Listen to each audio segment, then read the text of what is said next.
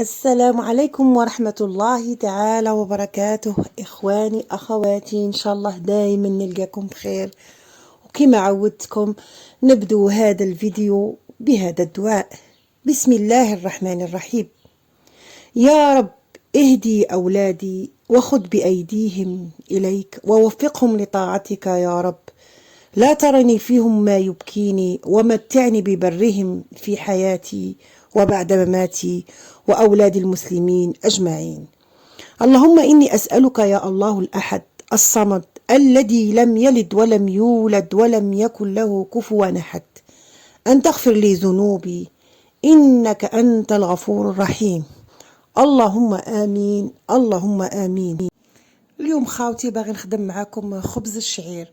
خبز الشعير ما كاش اللي ما يعرفهش، خبز صحي مليح لصحاب السكر، مليح لصحاب اللي السمنه، يعني اللي يعانوا من السمنه ما ياكلوش الخبز الابيض.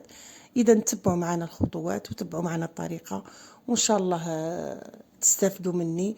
وكما عودتوني ما تنسوش الاشتراك ودعمكم ليا باعجاب وتعليق يكون مليح، وهذا فضلا وليس امرا.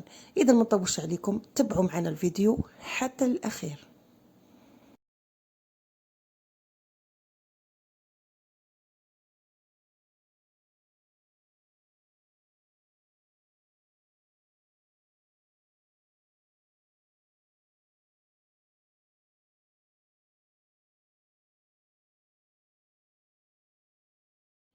اذا نبدو بسم الله.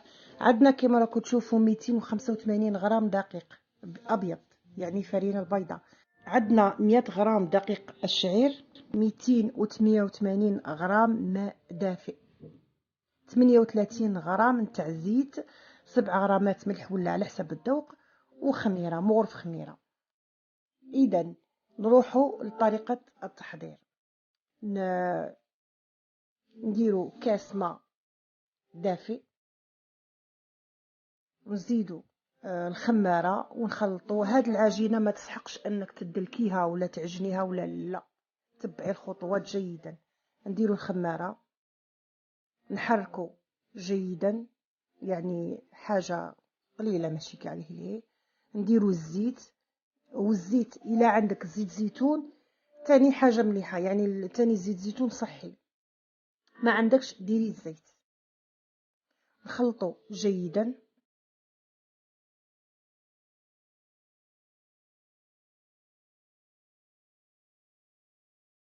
بعد ما خلطنا الماء والزيت ودرنا الخماره، نزيدوا الفارينه البيضاء وفارينه الشعير تدريجيا، ونخلطوا نحركوا حتى نحصلوا على عجينه ما تكونش قاصحه، تكون جاريه، يعني كيما عجينه السفنج.